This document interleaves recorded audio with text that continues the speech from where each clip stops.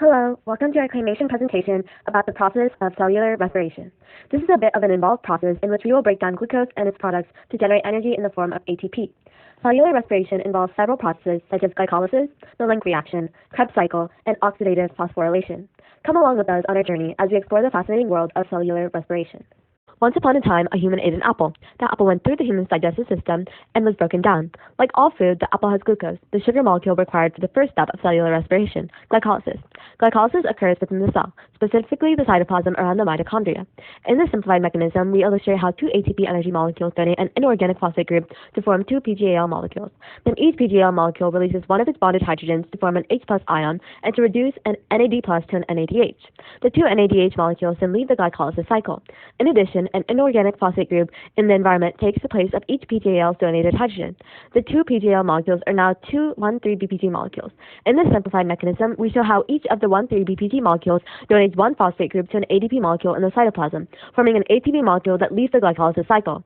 Then the remaining phosphate atom and OH group switch positions on the 1,3-BPG molecules, and each BPG molecule releases a water molecule, which moves out of the process.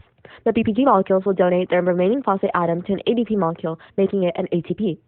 The ATP moves out into the environment, leaving behind a pyruvate molecule. In short, with glycolysis, we have made one water, one NADH, four ATP, and two pyruvate molecules from one glucose and two ATP. What happens next depends on if oxygen is present. If a cell is prokaryotic or if no free oxygen is present, the cell will begin fermentation. Fermentation is the process used by organisms to turn their NADH back into NAD+, so the process of glycolysis can continue. In eukaryotic organisms, when no oxygen is present, such as in our muscles during intense activity, lactic acid fermentation happens. In this process, two NADH molecules donate their hydrogens to become NAD+. This energy release breaks a double bond between carbon and oxygen on carbon-2 to turn pyruvate into lactate. In prokaryotic organisms, fermentation is a two-step process. First, the pyruvate lets go of its carboxylate group, which goes off as CO2. This leaves behind an acetaldehyde. Next, NADH donates its hydrogen to saturate the CO double bond in acetaldehyde. Finally, a free H plus ion in the environment bonds to the oxygen to leave behind an ethanol molecule. In both processes, NAD+ is generated from NADH and pyruvate. In lactic acid fermentation, the sole byproduct is lactate. In alcoholic fermentation, CO2 and ethanol are the byproducts. However, because fermentation just leads to more glycolysis, and glycolysis does not produce much ATP on its own, this process is not used often by eukaryotes. Instead, if oxygen is present, eukaryotic organisms will proceed with the other processes of cellular respiration. After glycolysis, the next step is the Link reaction, where the pyruvate will be prepared to enter the Krebs cycle. The Link reaction is the second step of cellular respiration. The two pyruvate molecules from glycolysis will travel to the mitochondria. Next, the pyruvate molecules will enter the inner mitochondrial matrix. There, an NAD+ molecule is available to take the pyruvate's extra electrons. Once reduced, the NADH goes away, while the carboxylate group of pyruvate leaves as a carbon dioxide molecule. The pyruvate molecule has now become the acetyl group. The open binding site on acetyl then bonds with coenzyme A to form acetyl-CoA. All in all, two pyruvates are turned into two acetyl-CoA molecules and two NADH molecules with a CO2 byproduct.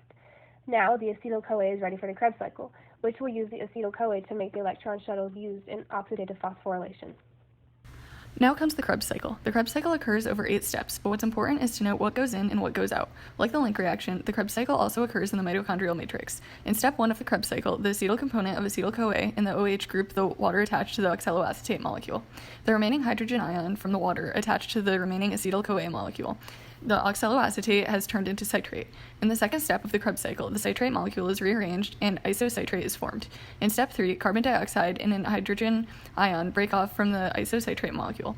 The carbon dioxide exits the matrix and the hydrogen ion attaches onto an NAD plus complex, forming NADH. The NADH also exits the matrix, and the isocitrate molecule has now turned into a ketoglutarate molecule. In step 4, a carbon dioxide molecule breaks off from the alpha ketoglutarate molecule, and the hydrogen ion from the acetyl-CoA molecule in step 1 attaches onto an NAD plus complex, forming an NADH molecule, which moves out of the matrix. The remaining alpha ketoglutarate molecule attaches onto the remaining acetyl-CoA molecule to form succinyl-CoA. In step 5, succinate is formed as well as ATP, which exits the matrix. In step 6, two hydrogen ions from the succinate molecule attach onto an FAD2 plus complex, forming FAD, which exits the matrix.